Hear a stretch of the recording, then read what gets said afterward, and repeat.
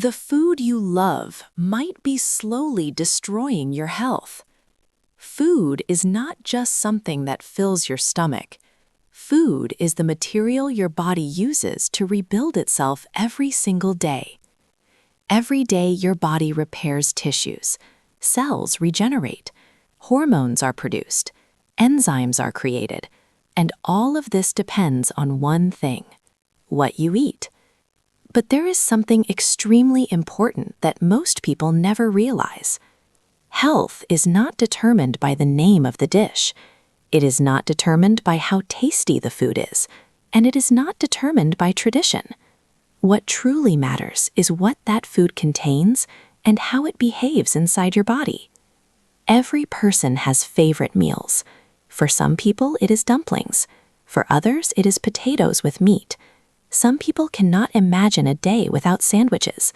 But very few people ever stop and ask themselves one simple question: what if the food you love is not helping your body at all? What if it is quietly damaging it? And the most surprising part is this: sometimes even healthy products can become harmful, not because the product itself is bad, but because of how it is combined with other foods. Most people eat in ways that completely contradict the way the human digestive system actually works. And when that happens, the body cannot properly process nutrients. Instead of nourishment, the body experiences bloating, fatigue, digestive discomfort, microbiome imbalance, poor nutrient absorption, and the person has no idea that the cause may simply be the way their meals are structured. To understand this, we first need to understand how the body actually uses food. The human body is a biological system, and like any system, it needs building materials.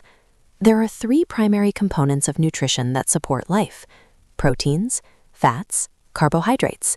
Each one plays a completely different role in your body. When they are used correctly, the body repairs and strengthens itself. But when they are used incorrectly, the opposite happens. And that is where most people unknowingly make the biggest mistake in their diet. But before we talk about that mistake, we need to understand what these nutrients actually do inside the human body, because once you understand this, you will start looking at food very differently. The real building material of the human body. Let us start with the most important component of nutrition: protein. Without protein, the human body simply cannot function. Protein is responsible for repairing tissues, building cells, supporting the immune system, and producing hormones. Your muscles are made of protein. Your skin depends on protein. Many enzymes and biological processes rely on protein. In simple terms, protein provides the raw material that allows the body to rebuild itself. But protein itself is not the smallest unit. Protein is made of much smaller molecules called amino acids. Amino acids are the tiny building blocks that create and repair the structures of the human body. Muscle fibers, skin cells, hormones, enzymes. All of these structures are assembled from amino acids. This is why foods that contain protein are so important. Some of the most common sources of protein include fish, eggs, meat, seafood. In a biological sense, humans consume biological tissue in order to repair their own tissue. But protein alone is not enough. The second essential component of nutrition is fat. For many years, people were taught that fat was dangerous, but in reality, fat is essential for survival. Fats support the nervous system. They are necessary for hormone production. They help the body absorb important vitamins. They protect cell membranes. Every cell in the human body is surrounded by a membrane made largely from fats. Without sufficient fat, the structure of cells becomes fragile. Fats also support digestion. They stimulate the release of bile, which helps break down food inside the digestive system. Common sources of healthy fats include animal fats, olive oil, flaxseed oil, sesame oil, nuts and seeds. But the body also needs something else: energy. This energy is provided by carbohydrates. Carbohydrates act as the body's quick fuel source. If proteins are the building materials, and fats are the protective and hormonal components, then carbohydrates are the energy supply. The human body is like a battery, and carbohydrates help recharge that battery. Common carbohydrate sources include grains, bread, pasta, potatoes, cereal crops. These foods provide quick energy for daily activity. However, carbohydrates have a very important limitation. They do not build anything. They do not create cells. They do not form tissues. They do not repair organs. They simply provide energy. And when a diet contains too many carbohydrates and not enough proteins or fats, the body may feel full, but it may still lack the nutrients needed to repair itself. But there is another component of nutrition that many people overlook completely, and this component controls something extremely powerful inside your body, something that can weigh up to 5 kilograms inside your digestive system. And this hidden system influences far more than people realize. It affects digestion, immunity, detoxification, even mood and metabolism. And most people unknowingly damage this system every single day through the way they eat. In the next part, we are going to talk about something most people never think about: the invisible ecosystem living inside your intestines. And once you understand what lives there, you may never look at food the same way again. The invisible ecosystem living inside your body. Inside your body lives an entire ecosystem. Trillions of microorganisms exist in your digestive system: bacteria, fungi, microbes. Together, they form what scientists call the gut microbiome. And the most surprising fact is this: the total weight of these microorganisms inside your body can reach 2 to 5 kilograms. That means a significant part of your body weight does not even belong to you. It belongs to the microorganisms living inside your intestines. But they are not your enemies. In fact, without them, human life would be almost impossible. These microorganisms perform several extremely important functions. They help synthesize certain vitamins. They support the immune system. They help break down food that the human body cannot digest alone. But one of their most important roles is neutralizing toxic substances that appear during digestion. When food is broken down inside the digestive system, certain byproducts are produced. Some of these compounds are actually toxic. Among them are substances known as indole, scatol, mercaptans. These compounds are sometimes referred to as putrefaction toxins.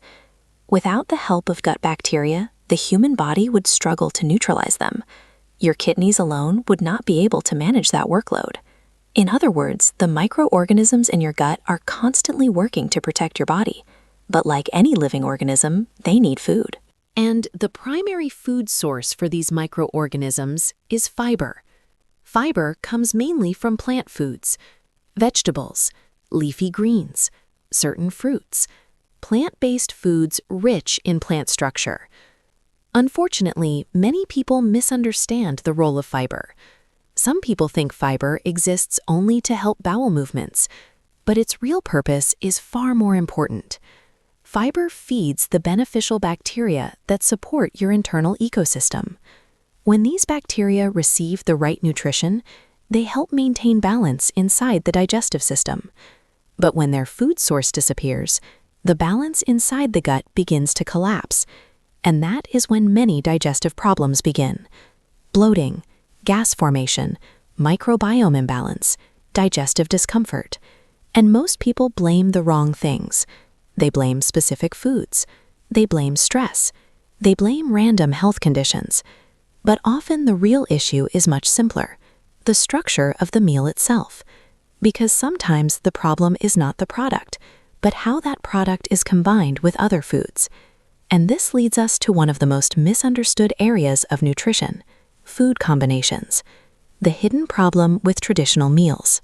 Many cultures have traditional dishes that people love, meals that remind them of childhood, meals that families cook together, meals that feel comforting. But sometimes traditions were created not for optimal health, but simply for survival. Throughout history, people often had to cook with whatever ingredients were available. The goal was not perfect digestion. The goal was simply to eat enough food to survive. And because of this, many traditional dishes combine ingredients in ways that may not support the way the digestive system actually works. Let's take a very common example: dumplings. Many cultures have their own version of them. Dough filled with meat, boiled or fried. Delicious, comforting, familiar. But inside this dish, there is a combination that creates a digestive contradiction. Dough is mostly carbohydrates. Meat is primarily protein. The problem is that proteins and carbohydrates are processed very differently inside the digestive system. Protein digestion begins in the stomach, and it takes time. Sometimes 1.5 to 3 hours for proper preparation before it moves further into the intestines. Carbohydrates behave very differently. They pass through the stomach much faster. In some cases, they begin moving through the digestive tract within 15-20 minutes. When these two nutrients are eaten together in large amounts, something unusual happens. The fast-moving carbohydrates begin leaving the stomach, while the proteins still require time to be processed. But because the food is mixed together, the carbohydrates pull the proteins along with them. The proteins then reach the lower parts of the digestive system before they are fully prepared for digestion. And when that happens, the body cannot properly break them down. Instead of efficient digestion, fermentation begins.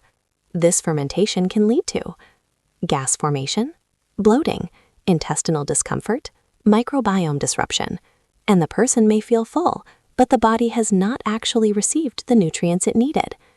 The feeling of fullness is not always a sign of nourishment. Sometimes it is simply a sign that the stomach is full, and those are two very different things. Now, of course, if someone eats a dish like this occasionally, the body can usually handle it.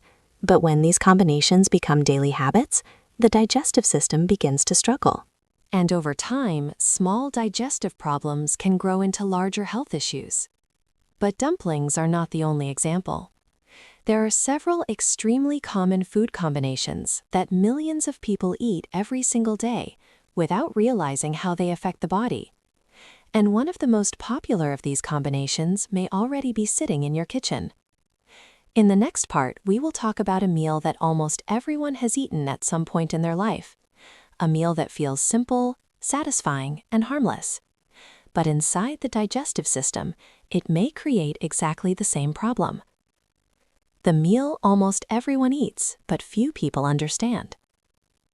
There is another combination that appears in millions of kitchens around the world. It is simple, comforting, familiar, and most people believe it is perfectly normal. Potatoes and meat. In many cultures, this meal is considered traditional. It appears on family tables, restaurants, and home dinners. But if we look closely at what this meal actually contains, we begin to see the same pattern we discussed earlier. Meat is primarily protein. Potatoes are mostly starch, which means they are a form of carbohydrate. And again, we encounter the same digestive contradiction. Protein requires time and specific conditions in the stomach to begin proper digestion. Carbohydrates move through the digestive system much faster. When these two are eaten together in large amounts, the carbohydrates once again begin leaving the stomach quickly. And just like before, they carry the proteins with them before the stomach has completed the necessary preparation. This means that partially processed proteins enter the lower digestive tract. When that happens, fermentation processes can begin. This can lead to several common symptoms: intestinal gas, abdominal bloating, digestive discomfort, microbiome imbalance. Over time, repeated fermentation inside the digestive system can disturb the balance of intestinal bacteria. And when that balance changes, the digestive system begins to behave differently. For example, increased gas pressure inside the intestines can influence the flow of bile. Bile plays a critical role in digestion. If bile flow becomes disrupted, the digestive system may struggle to process fats properly. This can create a chain reaction of digestive disturbances. People may begin experiencing constipation, digestive heaviness, slow metabolism, persistent bloating. But the person may never suspect the real cause, because from the outside, the meal looked completely normal. After all, potatoes and meat have been eaten together for generations. But traditions do not always mean something is ideal for digestion. Sometimes traditions were formed simply because certain ingredients were available. The goal was survival, not digestive optimization. And this brings us to another food habit that many people rely on every single day. A habit that seems quick, convenient, and harmless, but it may create the same digestive conflict inside the body. And that habit is something many people grew up eating: sandwiches. The sandwich habit that millions of people repeat daily. Think back to childhood. Many people remember going to school with something simple packed for lunch. Often it was a sandwich. Bread with sausage, bread with cheese, bread with meat, sometimes with butter, sometimes with processed spreads. In some cultures, these sandwiches are called open sandwiches or canapés. They are convenient, quick to prepare, easy to carry.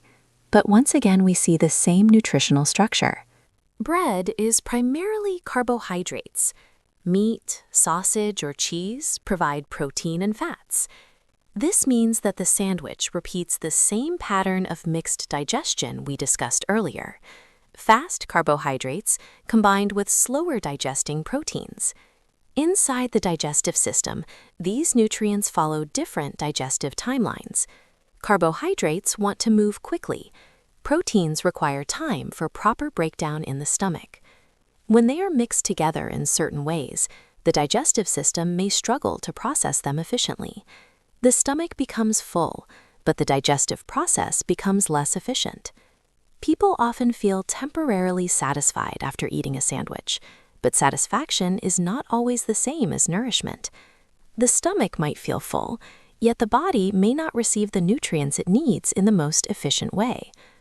Over time, this pattern can lead to digestive discomfort. Some people notice bloating after meals, frequent gas, slow digestion, feeling heavy after eating. But because sandwiches are so common, people rarely question them. They assume this is simply normal digestion. But there is another food category that people often believe is extremely healthy. In fact, many people are encouraged to consume it daily. It is promoted in advertisements, it appears in many traditional diets, and many people believe it improves digestion. But the reality may be more complicated than it appears. In the next part, we will talk about one of the most debated foods in modern nutrition: milk and dairy products, and what really happens to them inside the human digestive system. The dairy myth many people believe. There is another food that has been surrounded by health claims for decades: milk and dairy products. Many people grew up hearing that dairy improves digestion, strengthens the body, and supports gut health. You may have heard advice like this: drink kefir before sleep, have yogurt every day, dairy bacteria improve your gut. But very few people stop and ask a simple question: what actually happens to these bacteria inside the human digestive system? To answer that question, we need to understand the environment inside the digestive tract. The stomach is an extremely acidic environment. Its acidity can reach a pH level of around 1.5 to 2. This acidity exists for one main reason: to break down food and destroy microorganisms. When food leaves the stomach, it enters the small intestine. Here, the environment changes dramatically. Digestive enzymes, bile, and alkaline secretions create a completely different chemical environment. And the small intestine is not meant to host large bacterial populations. The majority of bacteria in the human body live in the large intestine, also called the colon. This means that most microorganisms introduced through food must pass through extremely harsh digestive conditions before reaching the place where bacteria normally live. This is why the idea that dairy bacteria simply travel through the digestive system and repopulate the gut is far more complicated than many people believe. This does not mean dairy is automatically harmful, but it does show that many popular health claims are often simplified or misunderstood. And when people begin consuming certain foods daily simply because they believe those foods are healthy, they may overlook an important fact. Health is not created by single products. Health is created by patterns of eating, by how food is combined, by how food interacts with the digestive system. And once people begin understanding these patterns, something very interesting happens. They begin to notice signals from their own body, signals that were always there, but were often ignored. One of the most important signals is something many people experience after meals: bloating, gas formation, digestive pressure. These symptoms are not random. They are messages from the digestive system.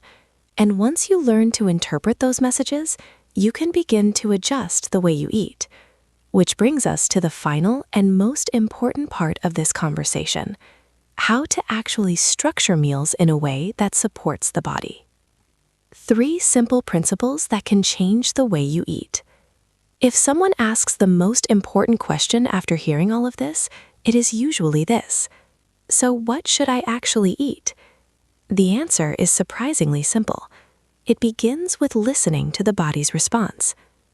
The first principle is very straightforward. If a food consistently causes strong bloating after eating, it may not be the right food combination for your body. This does not necessarily mean the product itself is bad. It may simply mean your digestive system struggles with that specific combination. Some people notice that within 15 to 20 minutes after eating, their stomach begins to swell and feel tight. This is often a sign that the digestive system is struggling with that particular meal. Another signal appears later. Sometimes 1 or 2 hours after eating, the digestive system begins producing excessive gas. Again, this is the body's way of communicating that digestion is not happening efficiently.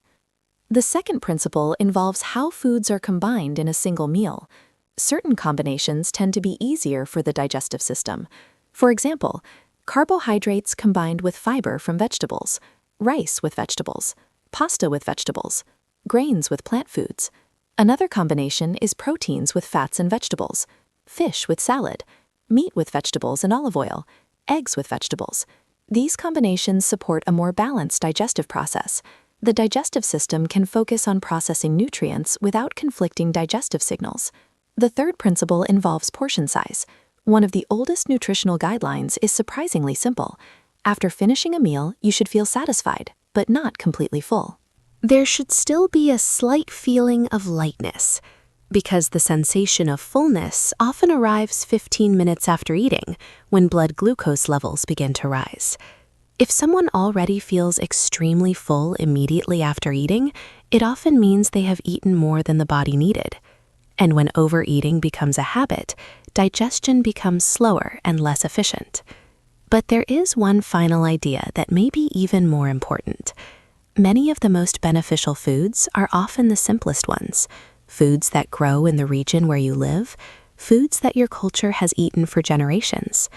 The human digestive system evolves alongside the environment, and often the foods that grow naturally in a region are the foods that the body can process most efficiently. In the end, nutrition does not need to be complicated. The human body already knows how to process food.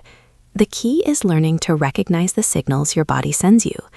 Because when food truly supports the body, something very interesting happens.